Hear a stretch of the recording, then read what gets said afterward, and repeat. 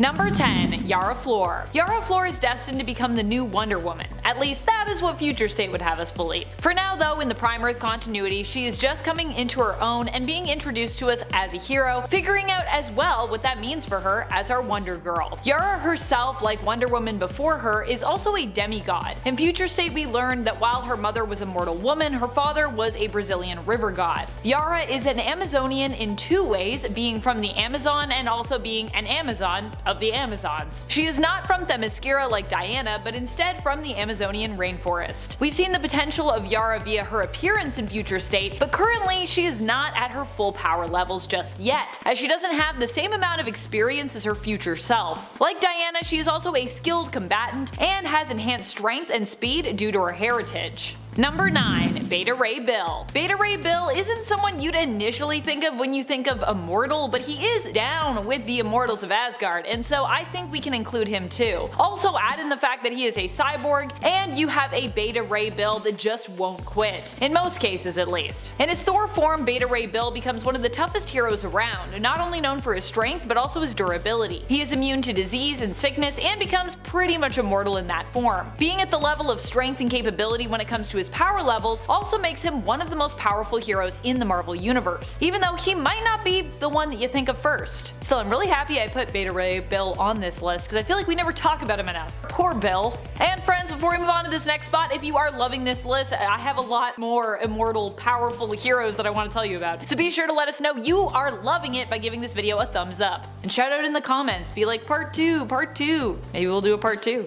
Number 8. Orion. Orion is one of the new gods and also the son of Darkseid, but just because his dad is one of the greatest villains of all time when it comes to the DC universe doesn't mean that he can't be a hero, which is ultimately what Orion is, preferring to fight on the side of good. Although this doesn't mean that he never has conflicts with other superheroes in the DC universe, because that does happen from time to time, with Orion arguing that his approach to heroism in certain cases is superior. Orion is an amazingly skilled fighter and leader who is known for his super strength, durability, and stamina. He also is immortal like his father, and because Darkseid has also been established as a constant in the DC universe, therefore invulnerable from ever being permanently defeated, we can discern that Orion likely has a similar thing going on, being descended from Darkseid as he is. Number 7. Icarus. I would be remiss if I didn't at least mention one Eternal on this list. Eternals are known for their immortality. I mean, it's kinda in the name. Eternal.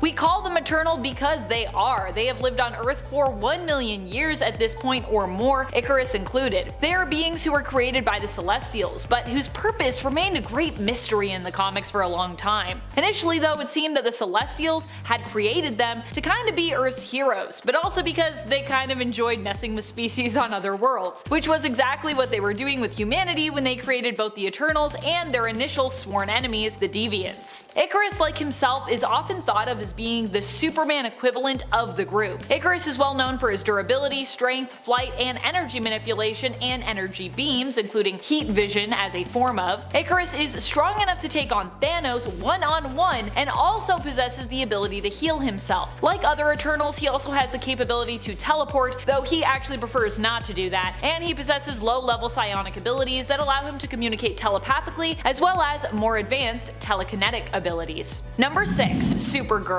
Like her cousin Kal-El, Supergirl is often perceived as being basically immortal. In Future State, we saw an alternate future where Kara left Earth and lived well into the future. At the end of her Future State limited series, Kara Zor-El Superwoman, Supergirl did inevitably die, but we don't really know what from. It could have eventually been that she succumbed to old age after living well into the future and beyond, or it could be that she died protecting the Eternal Garden and community there that she created and had fostered. I would err on the side of the latter just because of how immortal Kara already seemed in that series. And that's not the only alternate reality where we've seen Kryptonians living well into the future, virtually untouched by age. There have been countless other realities, including that of DC 1 million, where we've seen heroes like Superman live well beyond normal years, becoming basically a sun-powered god. So if this is true for Clark based on his physiology, it must also be a possibility for Kara as well. Number 5. Wonder Woman. Wonder Woman is still a woman that can be killed,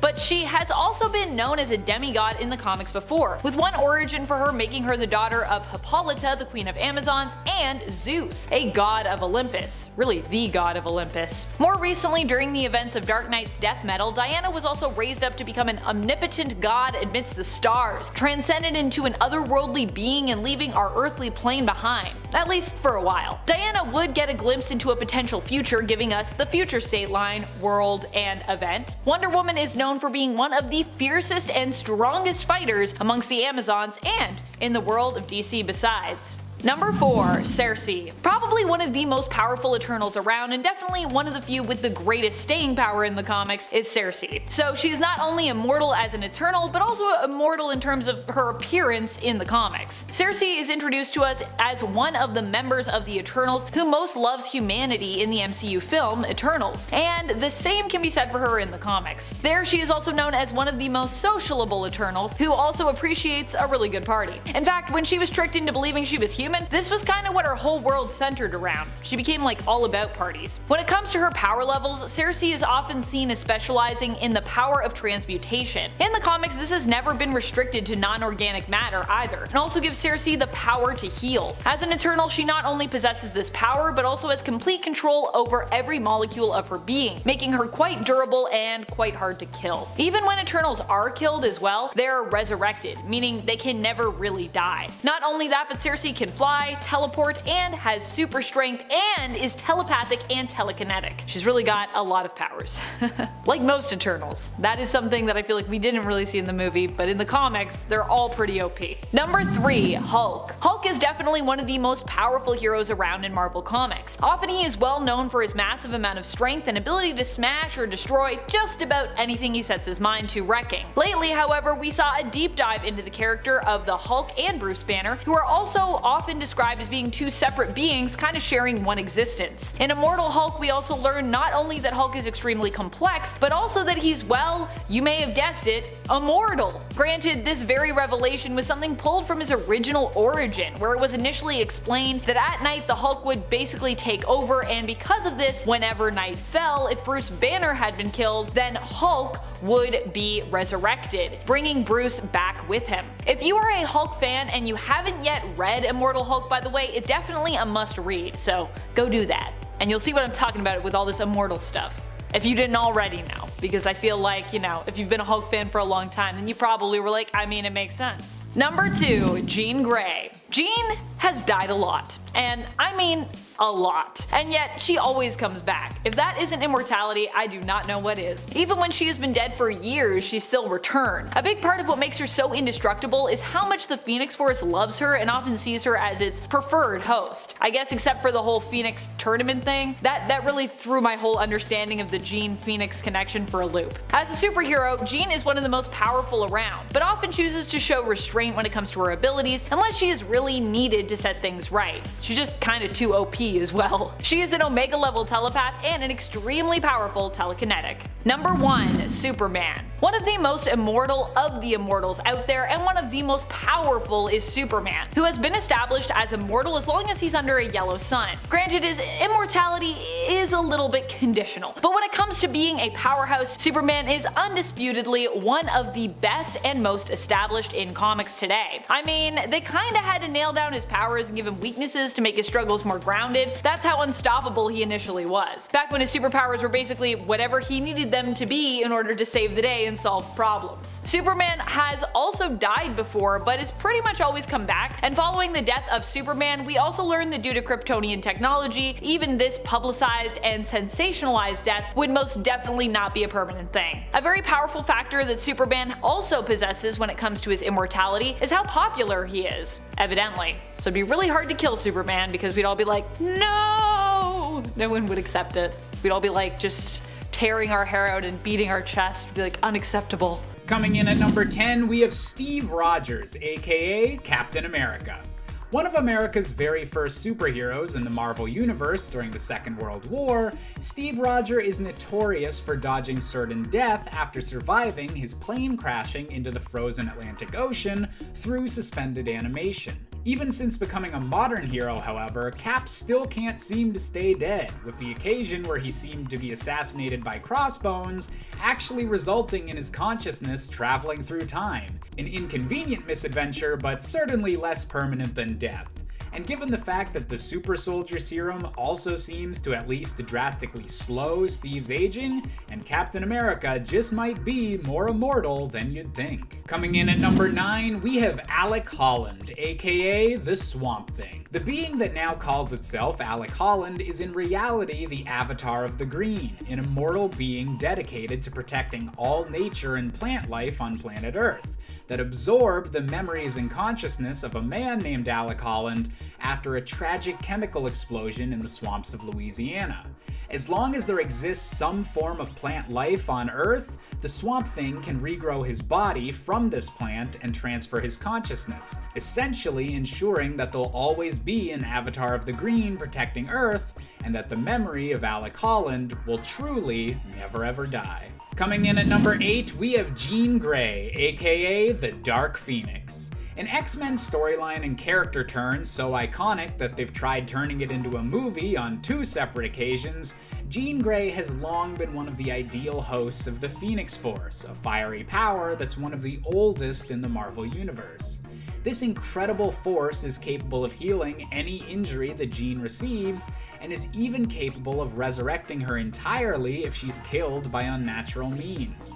Combined with her natural mutant abilities already making her one of the most powerful telepaths in the entire Marvel Universe, potentially rivaling even those of Professor X, and Jean Grey will be one of the most important mutants for many ages to come. Coming in at number 7, we have Ben Grimm, aka The Thing. As the physically strongest member of the Fantastic Four with an intimidating appearance to boot, the Thing is respected throughout the Marvel world for always having his family's back, and even being capable of standing up to someone as powerful as the Hulk when the need arises. Ben's change into a being made out of a mysterious rock-like substance also had some unexpected side effects, however, such as the fact that while in Thing form, he never ages. This is offset slightly by the fact that Ben is capable of appearing human for 1 day a year due to the tinkering of the rest of the Fantastic Four, but aging only 1 day a year extends your lifespan dramatically, and combine that with all of the near-death situations or universal collapses that the Fantastic Four have avoided together, and Ben Grimm definitely earns the title of being practically immortal. Coming in at number 6, we have the Incredible Hulk, aka Bruce Banner. Considering the Hulk's most popular and critically acclaimed series of the last decade was literally called The Immortal Hulk, obviously the big green guy earns a spot on this list. Built around the twist that the Incredible Hulk has always been immortal and that Bruce Banner first died during the original Gamma Bomb explosion and has been constantly resurrecting ever since, this series took the Hulk into a wild new body horror direction. With all Gamma-powered beings apparently being connected to the One Below All in a way that allows them to circumvent even the natural process of death, the Hulk is apparently a problem that can never be permanently solved. Coming in at number 5, we have Kevin Connor, aka Starbrand. Taking his name from the literal star brand he possesses, Kevin is one of the most powerful heroes to ever be called an Avenger, gaining his powers during an Earth-wide cosmic flash known as the White Event.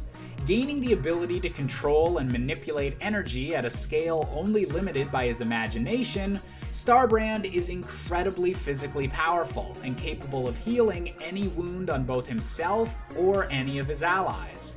Starbrand is so powerful that he's one of the few beings to ever kill a Beyonder, destroying one of the multiversal beings when the Marvel Universe was collapsing in a massive explosion, yet somehow reappearing unharmed once the Marvel Universe was restored.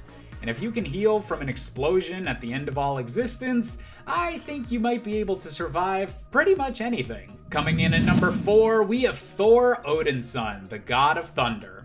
While several Marvel and DC superheroes have godlike powers, Thor is one of the very few that counts as a literal god.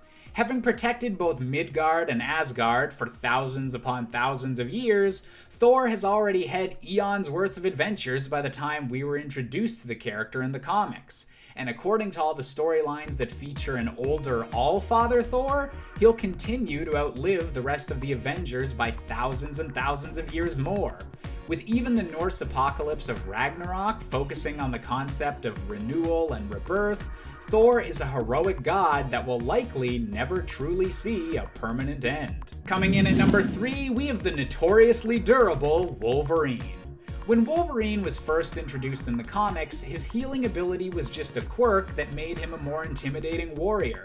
Any cuts or bruises would just quickly become a non-issue to him. But as time went on and Wolverine became a more popular character, his healing abilities as a mutant became one of his most defining features, even more so than his iconic claws.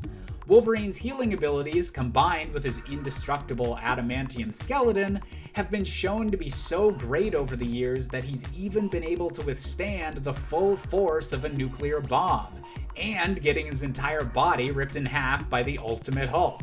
Even in the few instances where someone has been able to officially kill Wolverine, he's somehow found his way back to the land of the living through time travel or magical means, ensuring that Wolverine will live on to fight another day. Coming in at number 2, we have the one and only Superman.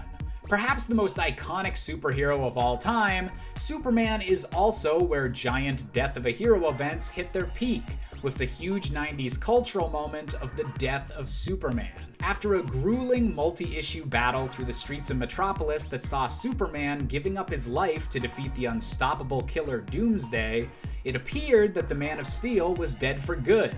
However, after a long storyline that saw multiple imposter Supermen show up, Superman was shown to have not truly died, but merely been placed in Kryptonian stasis until he was able to be healed enough to resume being a superhero.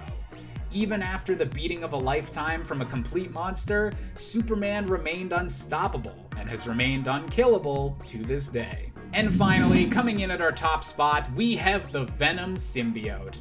In a potential alternate future seen in the one-off story called Venom: The End, it was revealed that the most famous symbiote in the Marvel Universe has a longer shelf life than you'd expect. Keeping his host Eddie Brock alive for hundreds of years past a normal human lifespan, this story explores the symbiote finally letting go of its oldest friend and becoming the sole organic being left in a universe slowly dying to an artificial intelligence plague known as the God Mind. The symbiote wound up being the very last living thing before the universe was reset, showing that the most immortal creature in the Marvel Universe might just be a pile of black goo. No offense, Venom. In its end, Moon Knight. Mark Specter is better known as the vigilante Moon Knight. Once a mercenary, Mark Specter was left for dead in the desert, where he was revived by the moon god Khonshu. Appointed Khonshu's first and high priest, Moon Knight enacts justice to protect those who travel at night. Specter also suffers from dissociative identity disorder, which has paved the way for his use of other identities, including millionaire Stephen Grant, and cab driver Jake Lockley. Since the early days, Mark has mostly worked alone, but he's also been a member of a few superhero teams, including the Avengers and Heroes for Hire. Recently, Mark discovered that he had a daughter named Beatrice with his longtime lover Marlene Arlone. But when Khonshu sensed Mephisto's plans for world domination, Mark left her to fight by his god's side and prevent that from coming true. When Khonshu succumbed to madness, however, Mark had to turn against him and help the Avengers defeat him. However, whenever Moon Knight would end up dying, Khonshu would just bring him back to life. So yeah, in essence, he's immortal. In at 9, Elongated Man. As his name suggests, the elongated man can stretch his limbs and body to superhuman lengths and sizes. There seems to be no limit to how far or wide he can stretch, but it's more difficult to control this ability the further he's actually stretched out. However, this also allows him to absorb bullets and then even just shoot them back by tightening his skin. He can also contort his body into various positions and sizes impossible for ordinary humans, such as being entirely flat so that he can slip under a door, or using his fingers to pick conventional locks. He can also use it for a disguise by changing the shape of his face, although this is painful and difficult for him. But being able to stretch and move your body at will could also potentially allow you to stretch your life for longer than it should be. I mean, like, if his heart is giving out, theoretically Ralph can just like force his heart to keep pumping by literally doing it himself, right? He can like shrink his heart and make it pump, right? So like it is partially possible, or at least there is a slight chance that he could be immortal, which is after all what this list is all about. It's might be immortal, right? And at 8, Ghost Rider. Jonathan Johnny Blaze, aka Ghost Rider, is an American motorcycle stunt performer and entertainer turned spirit of vengeance. He was the son of famed stuntman Barton Blaze, who tragically died during a stunt. He became bound to Zarthos and the spirit of vengeance after making a deal with the demon Mephisto to spare the life of his surrogate father, Crash Simpson. Now, with the power to control hellfire and to inflict pain on those deemed evil with his penance stare, Blaze seeks vengeance, riding his hell cycle as the Ghost Rider. But like, being the spirit of vengeance, being in debt to Mephisto kinda makes you pretty immortal in my book. Like, in human form, Johnny has no possession of any superhuman powers or supernatural capabilities, but as Ghost Rider, he's the supernatural combination between experienced motorcyclist and Zarthos. As the Ghost Rider, Johnny Blaze possesses a variety of supernatural powers at his disposal. However, any weapon crafted from heaven or like blessed can mutilate the Ghost Rider, which is the only way to decapitate and kill a spirit of vengeance. So without that, he's immortal. In at 7, Supergirl. Last part, Josh talked about how Superman was basically unkillable ever since the Death of Superman comic event, since he hadn't really been killed by Doomsday and instead was placed in Kryptonian stasis until he was able to be healed enough to return to being a superhero. However, the same thing can be said about Supergirl, okay? Kara Zor-El, Kal-El's older cousin who got sucked through a wormhole, making her quite a bit younger than her cousin when she got to Earth. Despite this, okay, Kal and Kara have the same Kryptonian ancestry, making them equals. So if Superman is basically unkillable at this point, so is Supergirl. It's just basic math, or like weird comic book genetics math. Since he equals her, they would both be deemed unkillable or immortal. And I think that that's fairly cut and dry. Like, obviously they can be killed, but so can basically everyone on this list, okay? So let's just cut the semantics and just like ignore the nuance. I just said that to a YouTube comments section. Wonder how effective that's gonna be.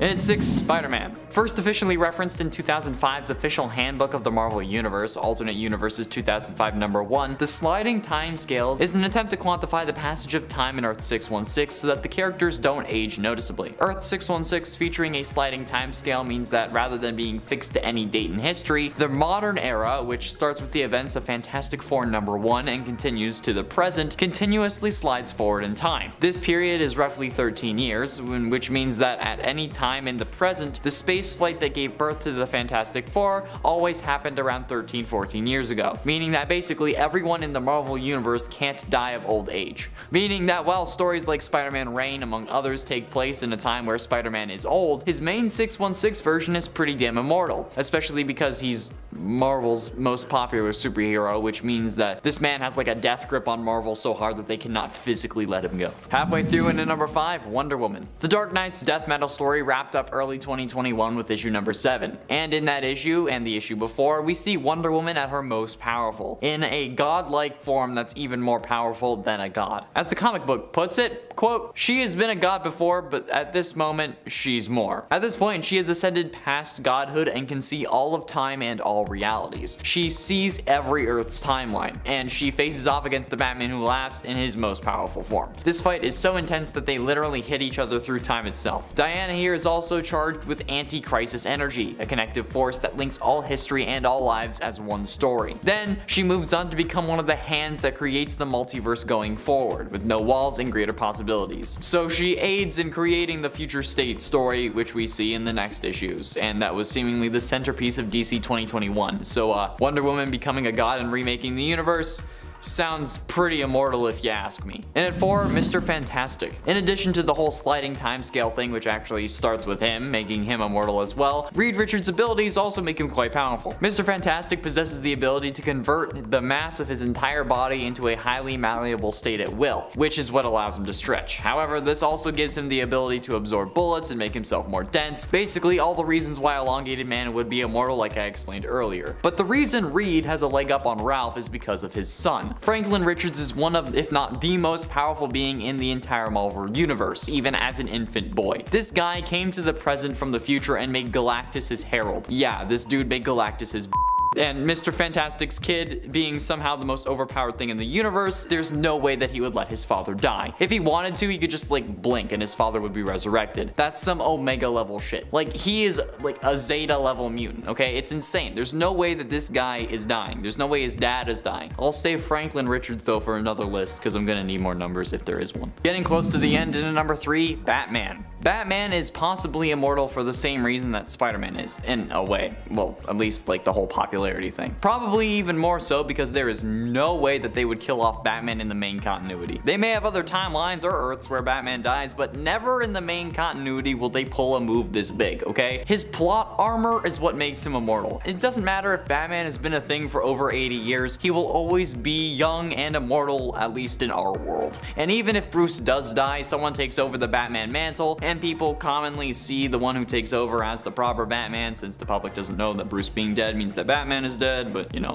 whatever. Honestly, though, Batman would end up killing Death if the story needed it, and honestly, there would be no question in people's minds. They'd be like, yeah, that makes sense. In the comments of times Batman embarrassed his villains, everyone seems to agree with me that Batman's greatest power isn't his money or his courage, but instead the plot armor given to him because he's DC's biggest moneymaker. But ultimately, in at number 2, Sentry. Sentry is an absolute powerhouse, so it's no surprise that he's basically immortal, okay? Even like any threat this dude will take on. Sentry has even fought and beaten Ares, which is already impressive, but how he did it is even better. Sentry used to be a part of Norman Osborn's Avengers, who went to Asgard in an attempt to lay siege and claim it, because you know, it's Norman Osborn's Avengers. However, the Marvel version of the Greek god of war didn't like that idea, so after he learned of Osborn's intentions, he came down to kill the Green Goblin. But Ares did not anticipate the absolute powerhouse that is Sentry. Sentry's monster arms. He picked him up and tore him in half.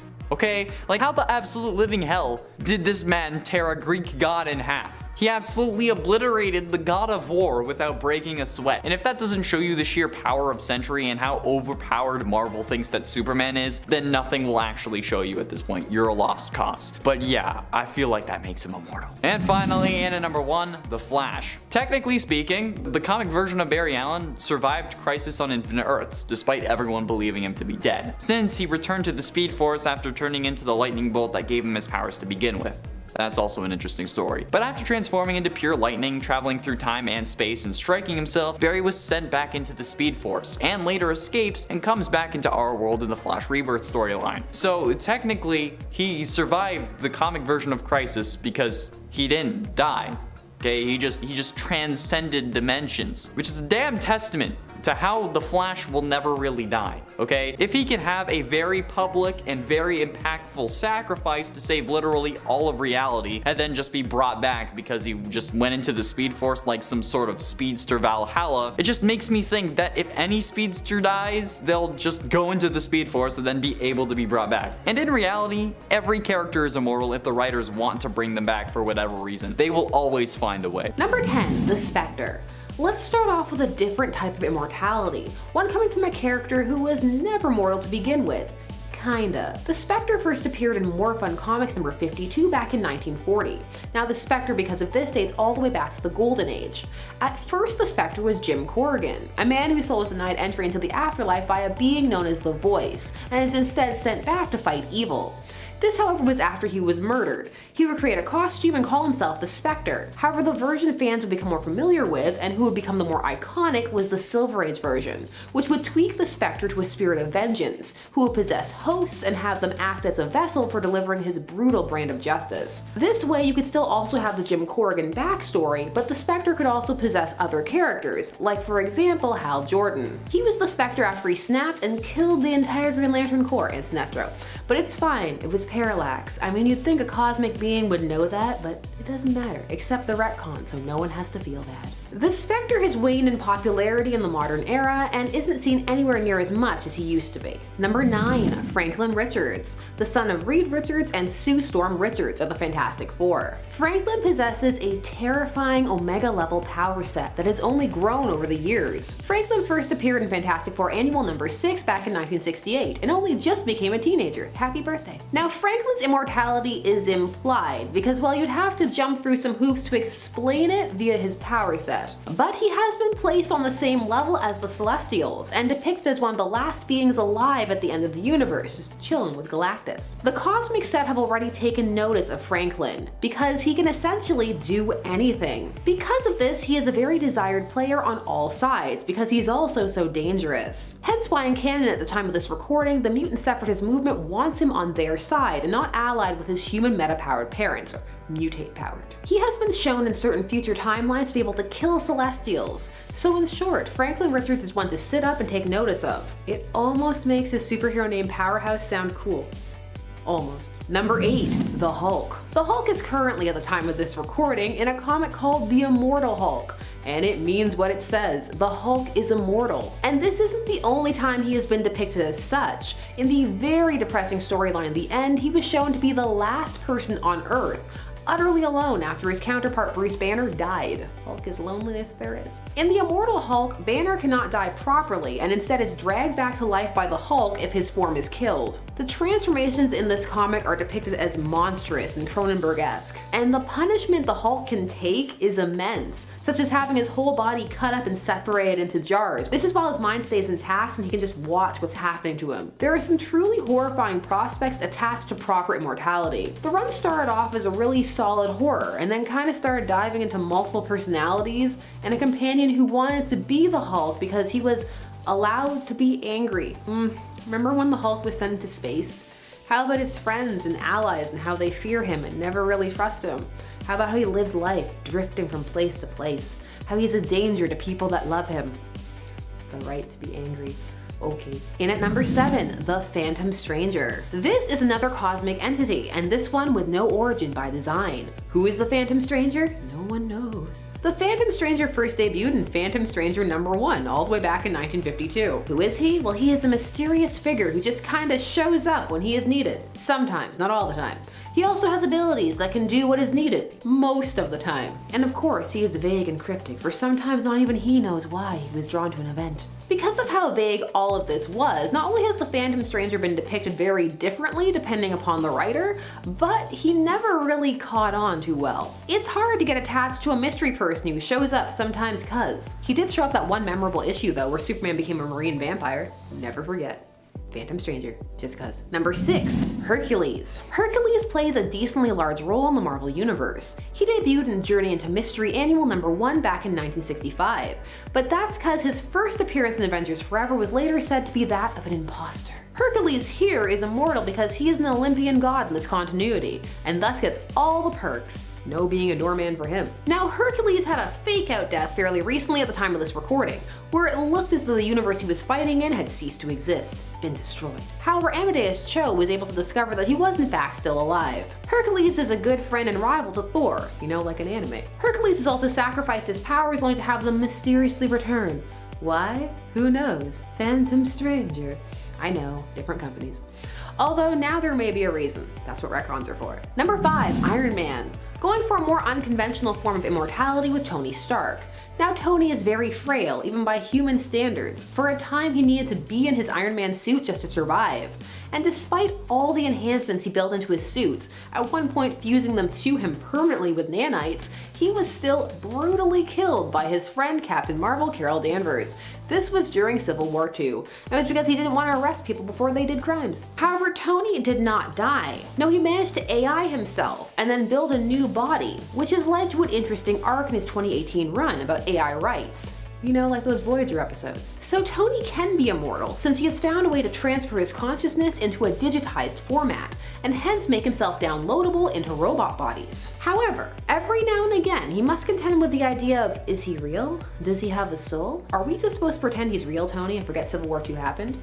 Probably. Number 4, Wonder Woman. Wonder Woman is an interesting case because no matter the origin, there is always at least implications, if not the downright statement, that she is immortal. Be she made of clay or the daughter of Zeus. Indeed, for a time, all Amazons in Paradise Island, later renamed Themyscira, were said to be immortal. Diana is a goddess and a warrior, and a compassionate leader, walking an intriguing balance of kindness and pragmatism. That is hard for all writers to capture. And of course, she is a staple in some of those "it's a dystopian future, but Wonder Woman is still here" stories. This is part of why some fans love pairing her with Superman. As while it varies, he is definitely more long-lived than most mortals. Number 3, Thor. Thor is meant to be immortal as he is a god from Asgard, but Thor keeps dying.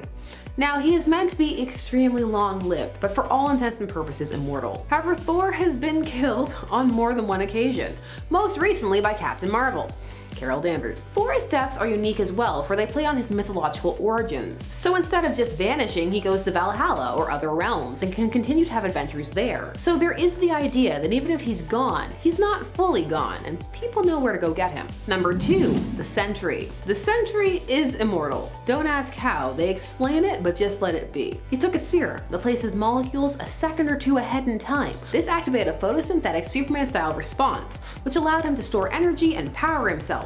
Immortal. No matter how it came about, the Sentry is immortal, and that is part of what makes him or made him so dangerous for a long time. At least in terms of the Sentry's existence, which only dates back to 2000. He was two entities, both the Sentry and the Void, who was a dark mirror to the Sentry. So if he existed forever, so too did the Void. It was part of why the Marvel Universe was made to forget about him, which was the crux of his retconned in origin story. At the time of this recording, his two halves have fused, reconciled. Where does it have to go from there? We shall see. And in at number 1, Dr. Manhattan. John Osterman's whole life changed after the accident that transformed him into Dr. Manhattan. He was the Watchmen universe's only superpowered man, a being of pure energy who recreated himself outside of time and space, and changed everything. Dr. Manhattan has only grown more and more distant from people and the world, largely because he can exist outside of time, seeing all of it simultaneously. He is completely immortal and omnipotent. And of course, there was Doomsday Clock, which brought the Watchmen and DC universes into proper contact with each other, and which essentially concluded with there's gonna be more timelines and crises and a crossover. 100% worth a wait of 2 years. Not salty at all. In at 10, Squirrel Girl. There are two types of people in this world, those who have heard of Squirrel Girl and those who don't know what true happiness really is. Suffering a modification in her genes for unknown reasons, Doreen Green gained squirrel-like abilities, most obviously in the form of a prehensile tail, but she was somehow not a mutant. She realized she could communicate with squirrels when she overheard one in her window. She saved it from being chased by a dog and they ultimately became friends. That squirrel encouraged her to use her powers to help people, but he also called himself Monkey Joe, so I don't know if he was a comedian or just stupid. Her first appearance was in Marvel's Superheroes Volume 2 number 8 in 1991 alongside Iron Man, but only really got traction in the 21st century when fans went nuts for her. Get it? Nuts for her? Because she's a squirrel girl. Well, anyway, due to her popularity and wholesome nature, there isn't really gonna be an opportunity for her to get killed off, especially when she's gone up against Galactus, Thanos, and Doctor Doom without a scratch. Unless we believe Rick and Morty, which says that if you overhear squirrels, you're gonna have to leave the whole dimension. So I think that's really the scary part. She's probably in cahoots with the squirrels, toppling nations. You know. In at 9, Headpool. On Earth 2149, the reality was similar to that of the 616 universe we are familiar with only a few differences. One of them being Steve Rogers was Colonel America, and one of them being a literal zombie plague that turned all superheroes into zombies. Fairly topical if you ask me. Well, the Deadpool of this universe has another thing coming, since after a fight with the Silver Surfer, he was brought to Earth 616, where he took out Jennifer Kale's magic. He was thought to have been killed when he got lured into the blades of a nearby skiff, completely obliterating him. But since he was the only one with the virus on this Earth, he was contained by armor. Deadpool was now only a head, but still managed to escape Armor HQ with the help of Simon Garth. Headpool is basically just zombie Deadpool's head, and the fact that this exists is so Deadpool it hurts. And the fact that he didn't die when reduced to only a head is something that would literally kill almost anyone else is proof enough that Headpool cannot be killed. The merc with half a mouth is still hopping around and gonna bust a cap in your ass because it's the only thing he can reach with the gun. Pretty funny, but still scary since, you know, it's a thing. It's a zombie head. Jeez. And it ain't Lobo.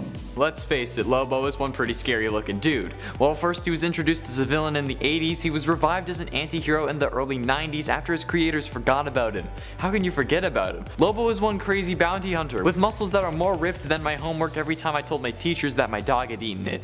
I didn't have a dog. And with the attitude and outfit to match. I think the scariest part about him though is just the hair. He even ended up joining the new Justice League at one point, becoming one of its founding members. Lobo probably has one of the coolest power sets. While it may not not be super speed or the power of the gods, he can shake off blows from even Superman, taking planet-destroying attacks without a scratch. But he is also banned from entering both heaven and hell, making him functionally immortal.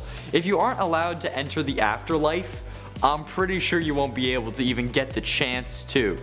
And honestly, I'm already banned from entering one of them, so all I need is the other one to hate me and I'm golden. I'll be in the same boat as Lobo. Just wish I had those muscles though. And at 7, the Eternal Warrior. Being named such because he existed prior to recorded history, the Eternal Warrior is one of 3 brothers who are also as ancient as my 12th grade contact teacher. Boom! I haven't let it go. He has defended Earth for thousands of years and has acquired a millennia of military knowledge, and more than just that, he has seen history unfold. Other than being immortal, he possesses increased strength, agility, incredible durability, and an incredibly impressive healing factor that allowed him to survive nuclear fallout. Within the Valiant universe that he was written into, there is no known way of killing him. He is sworn to protect the Geomancers to ensure their survival. These people have a special bond with the Earth, and there must always be one alive to protect it and speak for it. In more ways than one, the Eternal Warrior is the protector of Earth more than Hal Jordan or any other hero. As long as the planet exists, the Eternal Warrior will as well, which is pretty dope. When only the inevitable heat death of the universe can kill you? I'd take that. And at 6, Ghost Rider. Johnny Blaze agrees to give his soul to the devil in order to save his father's life. Because of this, at night, when he is around evil, he becomes surrounded in literal hellfire and his head becomes a fiery skull. First appearing in Marvel Spotlight number 5, Ghost Rider rides a fiery motorcycle and can launch blasts of hellfire from his typically skeletal hands. There have been many incarnations of Ghost Rider over the years, notably Johnny Blaze, Noble Kane, Danny Ketch, and Robbie Reyes. The fact that there will never not be a Ghost Rider serves as more of a permanent way of not being able to die, but that's in spirit. The whole making a deal with the devil and becoming a literal hellfire demon when around evil thing helps too, and is probably more along the lines of what was expected for this list, especially because who doesn't want to ride a motorcycle that cool? I remember in high school I wanted to get my motorcycle license instead of my driver's license since I could drive a motorcycle by myself faster than a car, but my mom wouldn't let me. Well, look at me now, Mom. On my own and unable to afford the test or even a damn motorcycle. Halfway through number 5, the Hulk. The Hulk is one bad mamma jamma, and the fact that he is made from radiation should remind you that there is no way of killing this guy. Bruce himself even said in the first Avengers movie he tried to kill himself as Bruce, but Hulk spit the bullet out. This is even further solidified by the Future Imperfect storyline, when Hulk is brought 100 years into the future and sees himself, still alive even after a nuclear war that had killed almost all of Earth's superhumans. This war, by the way, had also taken the world to the brink of extinction, meaning Hulk, or Maestro as he was known then, was one of the only remaining souls in existence. But I guess technically that can be said about all of us, even right now. This, in combination with Maestro absorbing the radiation from the nukes, giving him increased strength, proves to be too much for Professor Hulk. Maestro is only able to be destroyed by the same bomb that created the Hulk in the first place, which is honestly understandable, like when your parents say, I brought you into this world, I can take you out, even though they legally can't, but that's aside the point. If you can only be destroyed by the thing that created you, you will never be able to be destroyed again, unless time travel is possible, in which case this was, so. Yeah. And at 4, the Specter. The Specter is an entity who needs to bind itself to the soul of a human being. However, the human who becomes the Specter must already be dead, which may defeat the purposes of this list if you think about it, but I'm talking about the Specter itself, not the person it inhabits, so apples and oranges. The Specter is omnipotent and immortal, having powers over reality, interdimensional travel, technically resurrection, and increasing to infinite size and a lot more that honestly doesn't make a whole lot of sense. But in honesty, it's comics. Not making sense makes it make sense. Just like that sentence. The Spectre has had many hosts over the years, Jim Corrigan, Crispus Allen, Hal Jordan, and Oliver Queen to name a few. The latter being in the CW's Crisis on Infinite Earths crossover, where while Oliver Queen might have died, the Spectre itself is impossible to destroy, making him probably the most powerful being in the DC universe. I kinda wanna be the Spectre, that green cloak's kinda bomb. Not gonna lie. And at 3, Franklin Richards. Hey, it's Franklin. Franklin Richards is one powerful kiddo, like the son of a Karen who stepped on a Lego with a full shoe on, but who's crying because he broke the Lego powerful. The mutant son of Sue Storm and Reed Richards is one of the most powerful beings in Marvel canon. This Omega level mutant possesses the ability to completely alter reality, and that in a way makes him immortal. Having complete control over the fundamental forces of the universe is a pretty big power to have when you're a toddler who just wants chicky nugs and choco milk. His powers even allowing him to perceive future events. Sure, Sure, you could just push him out a window after you climbed up a tower, but hell, he'll just come back in a wheelchair and become king later on. What I'm saying with that analogy that is as good as the ending is that he would see it coming, and could just alter life so that it would never happen. Plus, he can travel through time. This kid can make a pocket universe under his bed sheets while he should be sleeping. The laws of reality don't apply to this kid, so you will never be able to kill him. He's just too damn powerful. He is literally God. And at 2, everyone on Earth 10011. Earth 10011 is also known as the Cancerverse, an Earth whose history is identical to that of the main Earth 616, but with the Avatar of Death being destroyed when Mar-Vell was on his deathbed. Using a ritual known as necropsy, they eliminated the Avatar of Death, making it impossible for anyone to ever die on this Earth. However, this doesn't mean that you stay in your prime forever. No, the Avatar of Aging, if that's even a thing, is still kicking, and you're gonna have more wrinkles than a Kardashian before she goes to see Dr. Fix Me Up. Death is literally dead. There is no way you can die on this Earth. That is all I can say about this. And that just proves my point. I wanted this to be number 1, but there is something more current that I feel will make more sense in this context. But like after this whole thing has died out, no pun intended, I guess it won't really make more sense.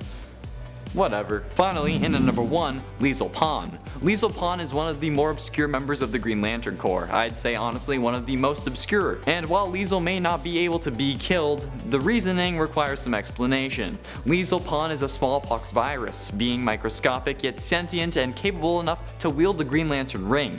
It goes on missions that other Green Lanterns can't undertake, be it physically or biologically. To be honest, Liesl has played an integral role in various Lantern events, like in the Sinestro Corps War, where he helped to save Guy Gardner's life by defeating Sinestro's virus. Liesl cannot be killed because he's a virus, and technically a virus is not a living organism. Viruses are defined as organisms on the edge of life, since they defy all standard definitions of being alive. So while they're almost alive, they're not, and therefore cannot be killed in the same way. It can be destroyed, but it can't be killed, because technically it was never really alive. And I figured a virus was pretty topical for this list, so there you go. It might be cheating, but I don't care. You're welcome. Number 10, Gwenpool. Gwenpool most recently underwent a retcon to transform her into a mutant, although it is handled in such a way that her original origin still stands as well. It makes sense if you read it. Gwen has meta abilities now. They've been retconned to reality warping abilities. However, prior to this, she was able to slide into the white space, and it pretty effectively kept her from harm. Her very position as originating outside the 616 or any Marvel universe, but instead in the real world, seemed to grant her an invulnerability to harm, not afforded to other characters. One will have to wait and see what the future holds for Gwen now that she is a resident of Krakoa. Are you a fan of this mutant retcon? Let us know. So, how is she weak? Well, she's just an average girl with no training. Get her in a fight without her advantages and well, it would be over pretty quickly. Number 9, Painkiller Jane. Painkiller Jane is Jane Vasco, created in 1996. After being resurrected after a bomb planted inside her body detonates, she is transformed into a superhuman with regenerative powers. And so began, or I guess continued, her action-packed life. Painkiller Jane is described as virtually indestructible, and she can heal minor injuries in seconds. But she can still be hurt. Extremely regenerative is not non-vulnerable. She can take a lot of punishment but not avoid it. She also doesn't have any special offensive abilities either, just that she's hard to take out. Pretty much impossible. Her name comes from that fact. Lots of pain. Number 8, Resurrection Man.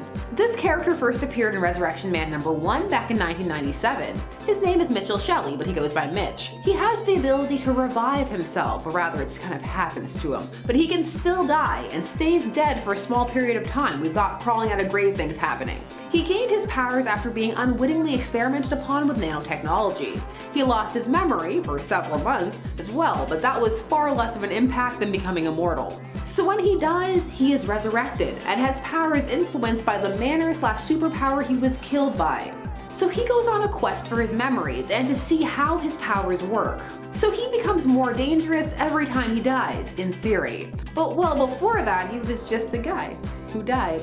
And depending on how he resurrects, he's not much to deal with either. So Resurrection Man, he can die a lot, but not permanently. Number 7, Dead Man. Reach with me, get your exercise in. Now you may be saying, Dead Man is already dead. Boston Brand bit the dust. Yes, he did. And that means he cannot die again. He possesses bodies to be able to talk to others, and that means he can't normally impact the physical plane too much either. So he's very limited in his abilities, and that can make him weak. It can also make him terrifying, you know, hopping from body to body, coming for you. But yeah, when you're dead, you're dead. Definitely limits your options. I mean, I assume. I wouldn't know. So can't die, because already dead. There's a definite. Number 6, Mr. Immortal. Well, it's all in the name, isn't it? It's right there. Mr. Immortal debuted in West Coast Avengers number 46 in 1989. His mother died shortly after birth, and when she died, she asked an entity known as Death Urge or Dirge to look after her son, Craig Hollis. This would manifest as the entity making it so that Craig could not die, even though he wanted to. In fact, he figured this out after a suicide attempt. He would eventually decide to use this ability to fight crime. But other than that, he doesn't have any abilities. He's not super strong, super fast, or anything. He just can't die. And he uses this to his advantage psychologically, like allowing himself to be killed and then coming back to taunt his enemies. I mean, that's messed up. It creates an interesting dynamic, and he has a very unique relationship with death and the beyond as a result. Number 5, Lobo. That's right, the main man himself. He debuted in Omega Men number 3 in 1983. So Lobo has been banned from entering heaven or hell, and is as a result essentially immortal. He also has a crazy healing factor to boot. He's not impossible to take out, but he's tougher than most on this list. So why is he here? Well, he's only unkillable because he was banned from hell after he was sent there and he proved too much for the demons. So if Lobo ever softens up for some reason, he may find himself dead. His immortality is tenuous at best, and that makes him weak. He has to maintain his extra macho attitude at all times. Not that he would say that was a problem. He seems to enjoy it. Number 4, Bruce Banner. That's right, not the Hulk, Bruce Banner. Yes, Bruce Banner is a hero. He helps out with his scientific mind and by keeping the Hulk in check. However, at the time of this recording, Bruce Banner cannot die. If he does, he is resurrected by the Hulk. But Banner can be and has been killed quite brutally, only to be dragged away from eternal rest by his larger, greener counterpart.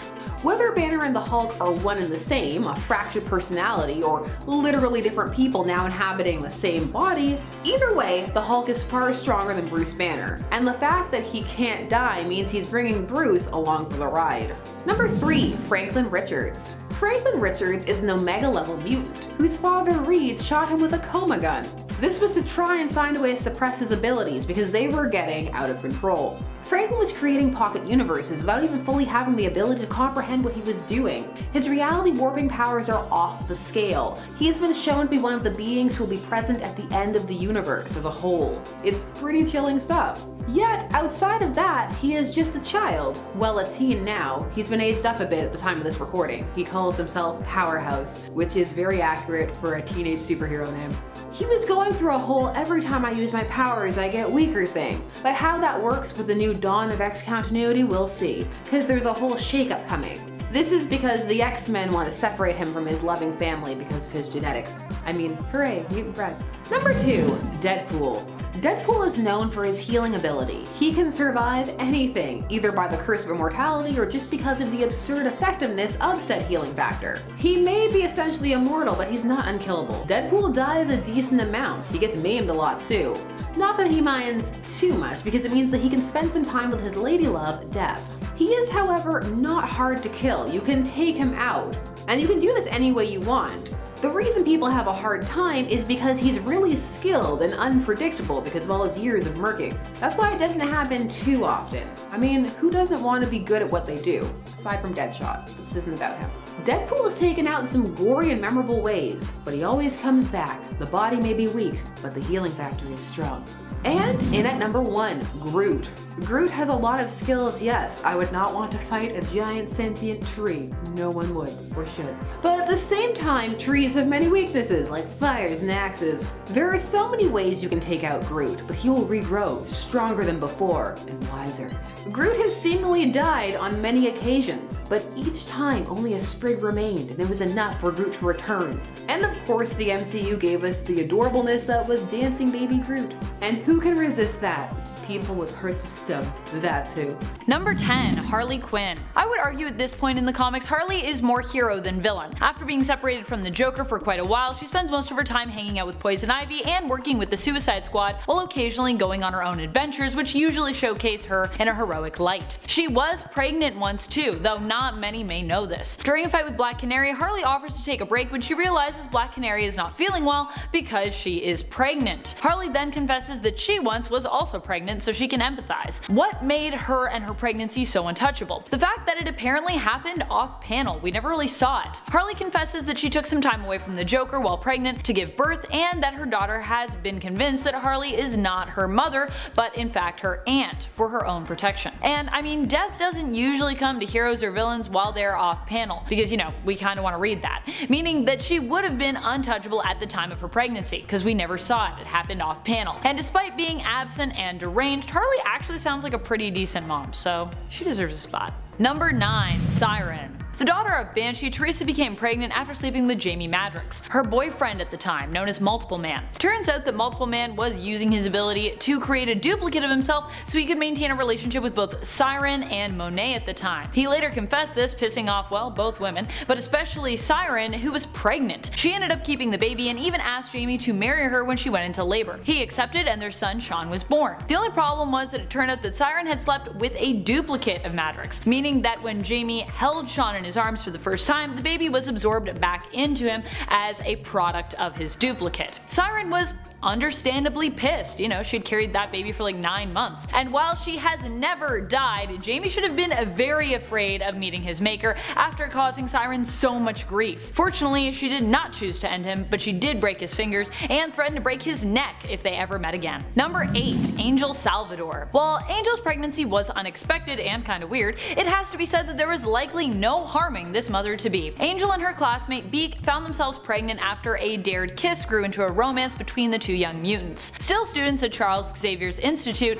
they feared they would be expelled for this unplanned pregnancy. Surprisingly, they were not, but actually found themselves fully supported instead. With all of the mutant community supporting and protecting them, Angel and her children would therefore be untouchable. While she would turn evil momentarily under the guidance of Zorn, who revealed himself to be Magneto, her lover Beak would lead her and the other members of the special class to rise up against Magneto, turning them back into heroes who helped to win the day. Angel still thrives in the comics. She's still alive and she still thrives. Number 7. Jessica Jones. Jessica became pregnant with Luke Cage's baby after one of their passionate and casual hookups. While Luke and Jess were more of a casual thing, Jessica ended up dating Scott Lang, aka Ant-Man, in a more serious capacity. She discovered she was pregnant and told Scott, confessing that the baby wasn't his. It turned out that of course it was Luke Cage's baby, which she in turn told to him. Luke confessed that he cared for Jess and asked her what she wanted to do. She told him she wanted to keep it, and he supported her and suggested that they move in together. Thus began one of the most famous and cutest comic book romances. Jessica's pregnancy appeared pretty routine, and she spent most of it working at the Daily Bugle. After their daughter Danielle was born, she felt inspired to return to a life of heroics. And while many may not think of Jessica as being quite as indestructible as some of her fellow superhero counterparts,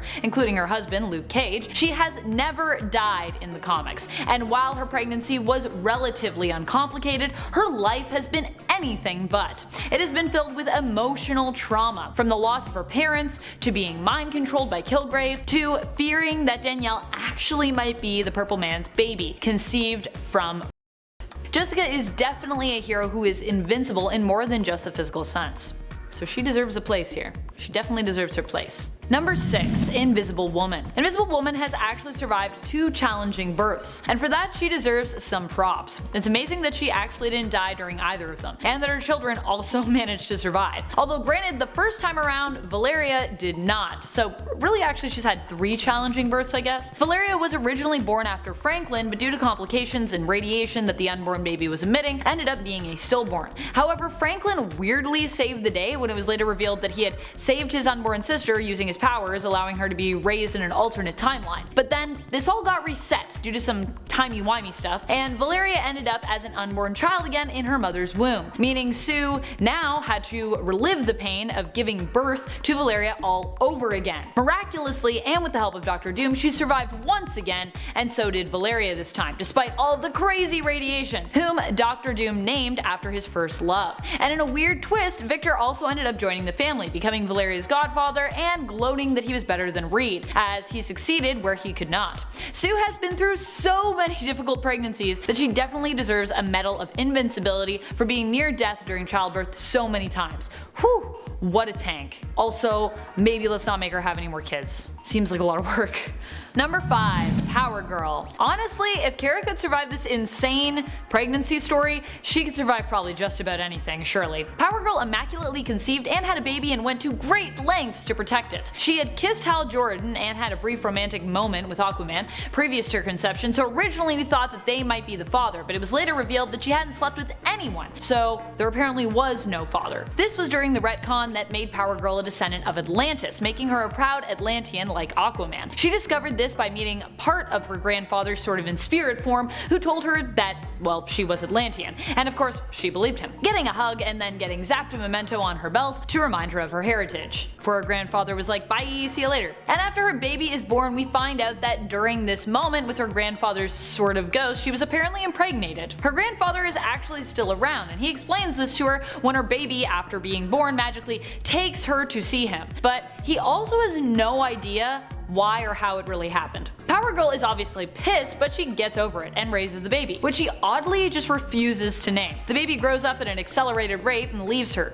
She runs into him when he is a man, still calling him baby oddly enough, and learns from a demon that the baby is actually his magical baby, part demon, part Atlantean, created by her grandfather in her womb using both sets of genes, I guess unbeknownst to her grandfather, destined to become Atlantis' champion. Her man baby defeats the demon, getting power from his mother, names himself Equinox, and is basically never heard from again. Power Girl survives this whole ordeal with her psyche somehow still intact, when most people would surely die just from the trauma of this incident. And now you know a crazy story. You're welcome. Number 4. Scarlet Witch. Despite the fact that Wanda ended up with the synthezoid being Vision, who, while resembling a human, is not one and therefore can't really reproduce, Wanda still managed to get herself pregnant and bear 2 twin children. How did she do this? With a bit of magic and sheer willpower. Well, mostly willpower to be honest, as it was later revealed that the babies she had given birth to were simply constructs of her subconscious. Despite the fact that others deemed them not real children, this didn't stop Wanda for very much believing in their existence and fighting to prove that they were real. There was nothing she wouldn't have done for them, until it was revealed that they had actually come from magical energy belonging to Mephisto,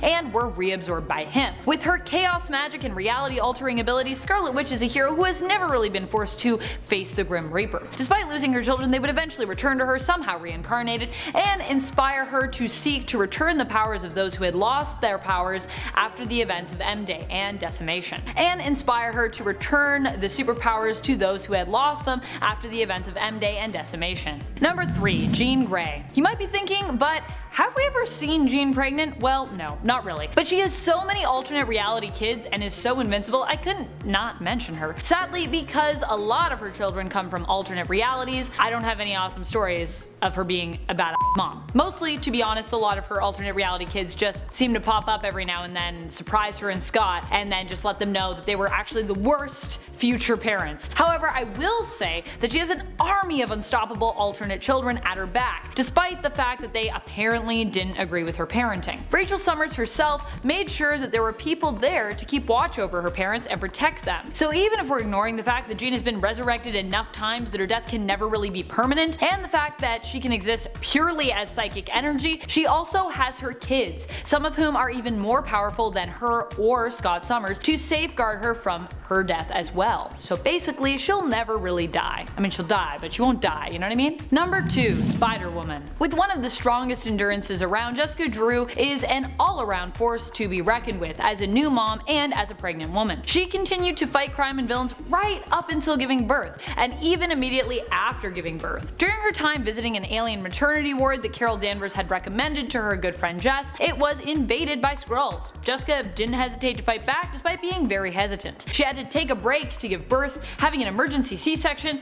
and then she just got right back into the fray, defeating the Skrulls just as Captain Marvel arrived to help, but discovered that she apparently didn't need to help as Jessica had handled it. Granted, she did kind of need to help Spider-Woman after, who then collapsed from, well, I mean, likely reopening some of her surgical wounds whilst fighting, so. Still, the fact that Jessica survived that entire experience and commits so heartily to being a mom goes to show that she doesn't plan on dying anytime soon. And honestly, her separation anxiety from her newborn simply wouldn't allow it. She's just gotta be there for that little bean. Number 1. Wonder Woman. The most remembered and perhaps celebrated time that Wonder Woman had a child in the comics was in the alternate universe of the Kingdom Come series. Wonder Woman is one of the most undefeatable heroes, period. Sure, she may have had a death here or there in the comics, but I'm more looking at heroes who have never permanently died on this list, and Wonder Woman definitely falls into this category as she always lives again. Her immortality lies in popularity, which means as a comic book icon she can never really die. The thing I really love about her as a mom in Kingdom Come is how her and Clark, who hook up and create little baby Jonathan, decide to also welcome Batman into their parenting circle. Bruce ends up helping to raise Jonathan as well, and the three make an insanely strong parenting unit. I mean, who wouldn't want Superman as dad, Wonder Woman as mom, and Batman as like a surrogate bonus dad? No wonder their son grows up to be so strong. Starting us off in at number 10, Hope Summers. Hope is the adoptive daughter of Cable, a character who first debuted in 2007 in X-Men issue 205. She was the first mutant born after the events of House of M and Decimation. Now because of this, she had a big old target on her little baby back, because she was a baby then, with Cable saving her, claiming that she was a messiah destined to save both mutant and humankind. Now Hope is capable of something called superpower manipulation. This means she can mimic other powers, activate the powers of others, and enhance powers. Plus, she's an Omega level mutant to boot. She got a major power upgrade during the Avengers vs. X-Men story arc when the character was bonded with the Phoenix Force, which gave her immortality. Up next, number 9, Mistress Love. Let's move on to a Marvel character cut from a very different cloth, a god. We're talking about Mistress Love, who debuted back in 1982's Defenders issue 107. The character is the physical embodiment of love, much like how Mistress Death is the physical embodiment of death. While we've never seen the full extent of her powers, this abstract entity is one of the universe's most powerful, and she can control emotions related to love with any being, even on a universal scale. Her powers are said to be stronger than Galactus or Odin, but not as strong as Eternity or Infinity. Also, fun fact, her gender and appearance are mutable, meaning she can also be depicted as a man. She often reflects the desires of those who see her. Up next, number 8, Moira McTaggart. Moira is not just a hot scientist, people. This was big news in the recent House of X, where it was revealed that she wasn't just a human ally and a mutant advocate. Oh no, girl is a mutant too, people, and she's impressive as Moira's mutant powers allow for her to reincarnate, in a sense. She's a mutant with limited reality warping reincarnation powers. She has perfect memory and is able to hide her true nature to mutants and mutant detection devices. So far, she's lived 10 lives, having started her life again after she died, possessing full memories of her previous lives. When she returns to being in utero, she's fully sentient. So yeah, that is pretty darn impressive. Moving on to number 7, DC's Valkyries. Moving on from Marvel over to DC for this number, let's talk about a group of bad women, the Valkyries. While notably different than the Valkyries of Marvel fame, DC's Valkyries are still rooted in Nordic legend, being armored maidens who ride winged horses from a place called Asgard. They would first appear in a DC comic all the way back in 1946 in Comic Cavalade issue 17. And have appeared since with little consistency. In the Golden Age, they appeared as Wonder Woman villains, but now on Prime Earth, they are part of the same race as the Amazons. Regardless, they have always remained immortal beings, ones with superhuman strength and quite the talent for combat. Up next, number 6, Cirque from Earth 2. Another DC character at this number. Cirque, specifically the Cirque of Earth 2, is immortal. This version, who debuted during the Golden Age in 1949's Wonder Woman issue 37, was initially a villain for Diana prior to being defeated by her. After her defeat, she would be taken to a place called Transformation Island, located on Paradise Island, where she was taught the ways of love and discipline by the Amazonians.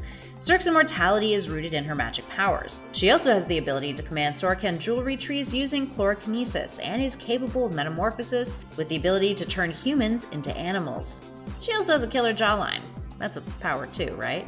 In at number 5, Threnody. Threnody is Melody Jacobs, a Marvel mutant who first graced their panels in 1993 in Strife's Strike File issue 1. She's a necroplasmic energy vampire, empowered by necroplasm. She's capable of sensing certain necroplasmic energies that surround an individual when they are dying or near death. To her, she's enraptured by the scent of death and the taste of the energy. Eerie, isn't it? She can also manipulate said energy to absorb the remaining life energies that a dying individual is releasing, and then can convert them into explosive plasma or temporarily reanimate someone into a zombie. In other words, don't with her. She can create hordes of zombies if the energy is in supply. Now, because of these powers, she is also immortal, able to absorb the necroplasmic energy of her own death in order to regenerate or return to life. Up next, number 4, All-Mother Storm. This version of X-Men member Storm hails from Earth 20329, also known as Marvel's steampunk god world. Yes, that is a thing. This is a universe riddled by mutant gods, who eventually an evil Charles Xavier took mental control of. In this universe, Storm is an immortal god known as the Skybreaker and is married to Thor. When she was taken over by Xavier mentally, he caused her to create a massive drought. Luckily, she wasn't under his control for too long and would offer the other X-Men the ability to become immortal, turning Emmeline Frost Summers into an immortal god with a diamond body. I wonder who her parents are. All-Mother Storm has the same powers as her 616 counterpart, but with a divine twist, seeing that she is immortal and has the ability to bestow god powers and immortality onto others. And as she puts it, she's free forever from the pain, doubt, and agony of mortal life. Moving on to number 3, Donna Troy. Donna Troy, previously known as Wonder Girl, is an Amazonian who, after some fun retconning, was created by an evil sorceress to destroy Wonder Woman. Diana would find out about this, save the day, and then shield Donna from the truth of her origin by giving her false memories of being a normal girl who was rescued and raised as an Amazonian. Ah yes, gotta love a retcon. Donna would become a founding member of the Teen Titans and has long remained a part of DC's canon despite enduring her fair share of retcons, as we mentioned multiple times at this number. She was gifted immortality thanks to her Amazonian physiology. Amazonians, fun fact, can live forever, but can be killed in combat or by accident. And if you're part of the Amazonians of Bana Migdal, well, they lost their immortality when they broke apart from the original Amazonian group, so. With Donna Troy being on our list, it's probably no surprise that our next number found her way into our top 3, and at number 2, Wonder Woman. In general, Wonder Woman is a character who has had a tough time getting killed thanks to how immensely strong and powerful she is. For the record, on Prime Earth, Diana Prince has been bestowed with divine empowerment, gifted with various powers by the gods of Olympus. She's a demigoddess with longevity that allows her to live much longer than the regular human being. But she ain't immortal. That being said, she is a character who has had multiple iterations of her created in the past that exist on other Earths that are, in fact, immortal. This is the case on Earth 2, Earth 508, aka DC Super Friends, Gal Gadot in the DC Extended Universe, a slew of negative Earths for the Dark Multiverse, many of which she's murdered in despite being immortal, and even the Wonder Woman television series starring Linda Carter. Diana in general is also one of DC's iconic trifecta, meaning she's got a decent amount of plot armor that prevents her from being killed off at the whims of DC's publishers. And hey, that counts for something, right? And finally, in our number 1 spot, Jean Grey. I mean, there's a slew of jokes that could be made here. Girl has died again, and again, and again, and again. But there's also a lot of truth to it, thanks to her being an Omega-level mutant and one of the most powerful female superheroes out there. Jean, without the Phoenix Force, is incredibly powerful, but when acting as the Phoenix Force's avatar, that power multiplies significantly. She's capable of manipulating matter and energy on a subatomic scale using her telekinesis. She's capable of resurrection, which is largely to thank for a handful of her resurrections. This makes her immortal to an extent. When she does die, she won't stay dead. Case in point, let's count those deaths and resurrections. Or at least some of them. The first happened in Uncanny X-Men issue 101 in 1975 when she first encountered the Phoenix while trying to telepathically maneuver a space shuttle with her teammates on it safely back to Earth. She crashed and seemingly died, but turns out the Phoenix Force saved her, resurrecting her in that very same issue. Once it corrupted her a little later on, she took her own life in Uncanny X-Men issue 137 in 1980. After that, Madeline Pryor, her clone, showed up, Cyclops fell for Madeline, they had a kid, and then the real Jean came back in 1985 with the reveal that the Phoenix had actually made a copy of her, and put her real body and self into an egg underwater, a Phoenix egg, in which she was reborn again and absolved of the planetary the Dark Phoenix version of her committed. Convenient. In the early 90s, Jean would be killed by a Sentinel, but then resurrected 2 issues later. Then, during Grant Morrison's run on New X-Men, he killed her off when the Phoenix Force bonded with the real her, and in order to stop her, Magneto used an electromagnetic pulse to give her a stroke, with Wolverine then stabbing her in order to save her from an agonizing death. I mean, that sounds pretty agonizing to me. She would be resurrected again in 2005 in Phoenix Endsong, in which her soul went into a dimension known as the White Hot Room and ascended to another plane of existence. So technically she was dead, but not really. From there, whether she was dead or not, she would be MIA for over a decade, eventually coming back in 2018 in a story titled Phoenix Resurrection: The Return of Jean Grey.